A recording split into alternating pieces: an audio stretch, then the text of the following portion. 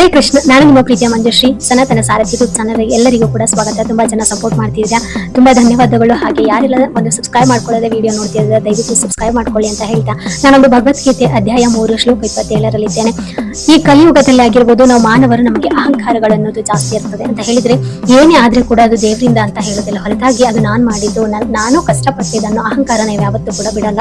ಹೊರತಾಗಿ ಅಥವಾ ನನಗೆ ಯಾರು ಹೆಲ್ಪ್ ಮಾಡಿದ್ದಾರೆ, ನನಗೆ ಯಾರು ಸಹಾಯದಿಂದನೇ ನಾನು ಹೀಗಾಗಿದ್ದೇನೆ ಅಥವಾ ನನ್ನದೇನು ಅಲ್ಲ ದೇವರದ ಅನ್ನೋದನ್ನ ನಾವು ಯಾವತ್ತೂ ಮರ್ತೇ ಬಿಟ್ಟಿರ್ತೇವೆ. ಭಗವದ್ಗೀತೆ ಶ್ಲೋಕ 27ರಲ್ಲಿ ಏನ್ ಹೇಳ್ತಾರಂತ ಹೇಳಿ ಬನ್ನಿ.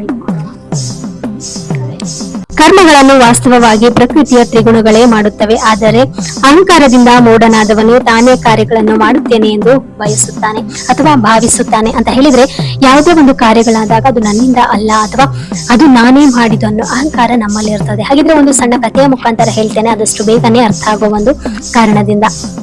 ಒಬ್ಬ ಒಂದು ಹಳ್ಳಿಯಲ್ಲಿ ತುಂಬಾ ಕಡು ಬಡವ ಅಂತ ಅಥವಾ ಒಂದು ಯಾರೋ ಒಬ್ಬ ತಿಳಿಯದ ವ್ಯಕ್ತಿ ಅಥವಾ ಮೂರ್ಖ ವ್ಯಕ್ತಿ ಅಂತಾನೆ ಹೇಳ್ಬೋದು. ಅಂತ ಹೇಳಿದ್ರೆ ಅವನ ಹೆಸರು ರಾಮು ಅಂತ ಹೇಳಿರ್ತದೆ.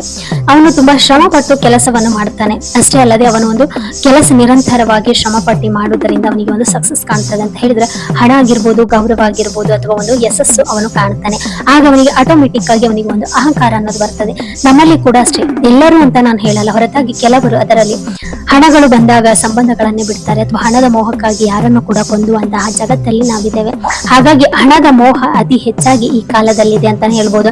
ಇವನಿಗೆ ಕೂಡ ಹಾಗೆ ಒಂದು ಯುವಕನಿಗೆ ಒಂದು ಹಣ, ಗೌರವ ಅಥವಾ ಎಲ್ಲ ಬಂದ ಮೇಲೆ ಅವನಿಗೆ ಏನಾಗ್ತದೆ ಅಂತ ಹೇಳಿದ್ರೆ ಅವನಿಗೆ ಅಹಂಕಾರ ಅನ್ನೋದು ಬರ್ತದೆ. ಎಲ್ಲರೂ ನಿಮ್ಮ ಸಕ್ಸಸ್ಸಿಗೆ ಏನ್ ಕಾರಣ ಅಂತ ಹೇಳಿ ಕೇಳಿದಾಗ ಅವ್ನು ಹೇಳುದು ಒಂದೇ, ನಾನ್ ಕಷ್ಟಪಟ್ಟಿದ್ದು, ನಾನ್ ಮಾಡಿದ್ದು, ಯಾವ ದೇವರಾಗಿರ್ಬೋದು ಅಥವಾ ಯಾರು ನನ್ನ ಕೈ ಹಿಡಿದು ನಡೆಸಿಲ್ಲ, ಹೊರತಾಗಿ ನಾನು ಒಬ್ಬನೇ ಮುಂದೆ ಹೋಗಿದ್ದೇನೆ, ಇದೆಲ್ಲ ಗಳಿಸಿದ್ದು ಕೂಡ ನಾನೇ ಅನ್ನೋ ಅಹಂಕಾರ ಅವನಲ್ಲಿ ಹುಟ್ಟುತ್ತದೆ. ಆಗ ಅದೇ ಊರಿಗೆ ಬಂದಂತಹ ಒಂದು ಸಾಧುಗಳಾಗಿರ್ಬೋದು, ಅವ್ರೇನ್ ಹೇಳ್ತಾರೆ, ಒಂದು ನಿನ್ನ ಹೊಲಕ್ಕೆ ಹೋಗುವ, ನಿನ್ ಜೊತೆ ನಾನು ಮಾತಾಡ್ಬೇಕು ಅಂತ ಹೇಳಿ ಒಂದು ಹೊಲಕ್ಕೆ ಕರ್ಕೊಂಡು ಹೋಗ್ತಾರೆ.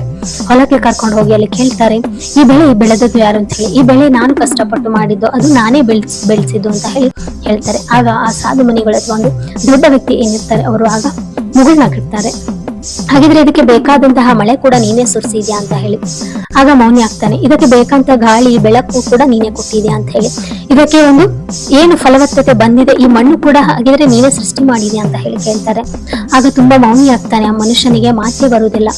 ಹೌದಲ್ಲ, ಇದೆಲ್ಲ ನಾನು ಶ್ರಮ ಪಟ್ಟಿದ್ದೀನಿ, ಹೊರತಾಗಿ ನಾವು ಅದೇ ನಾನೇ ಮಾಡಿದ್ದು, ಅಹಂಕಾರ ನಮ್ಮಲ್ಲಿ ಇರಬಾರ್ದು ಅನ್ನೋದನ್ನ ಆ ರಾಮುಗೆ ಅರ್ಥ ಆಗ್ತದೆ. ಅಂತ ಹೇಳಿದ್ರೆ ನನ್ನದು ಅನ್ನೋದೇನು ಇಲ್ಲ, ಈ ಒಂದು ಸೃಷ್ಟಿ ಕೊಟ್ಟಿರುವಂತಹ ಈ ಒಂದು ಏನ್ ದೇವರು ನಮಗೆ ಸೃಷ್ಟಿ ಕೊಟ್ಟಿರ್ತಾರೆ ಅದರಲ್ಲಿ ನಾವು ಬದುಕನ್ನು ಕಟ್ಕೊಳ್ತಾ ಇದ್ದೇವೆ. ಅದು ಬಾಡಿಗೆ ಮನೆ ತರ ಯಾವ ರೀತಿಯಾಗಿ ಒಂದು ಖಾಲಿ ಮನೆ ಇರ್ತದೆ, ಅದನ್ನ ನಾವು ಯಾವ ರೀತಿಯಾಗಿ ಶ್ರಮ ಪಟ್ಟು ಒಂದೊಂದೇ ವಸ್ತುಗಳನ್ನು ತಂದು ಹೇಗೆ ಇಡ್ತೇವೆ ನೋಡಿ, ಅದೇ ರೀತಿ ಈ ಬರುವಾಗ ಕೂಡ ನಾವು ಏನನ್ನು ಕೂಡ ತಂದಿರುವುದಿಲ್ಲ. ಹೊರತಾಗಿ ನಾವು ಬರುವಾಗ ಖಾಲಿಯಾಗಿ ಬರ್ತೇವೆ. ಒಂದೊಂದೇ ನಮ್ಮ ಜೀವನಕ್ಕೆ ಬೇಕಾದದನ್ನು ನಾವು ಆಯ್ಕೆ ಮಾಡ್ತಾ ಅಥವಾ ಒಂದು ನಮಗೆ ಬೇಕಾದದನ್ನು ನಾವು ಸೆಲೆಕ್ಟ್ ಮಾಡ್ತಾ ಹೋಗಿ ಜೀವನವನ್ನು ಸೃಷ್ಟಿ ಮಾಡ್ಕೊಳ್ತೇವೆ.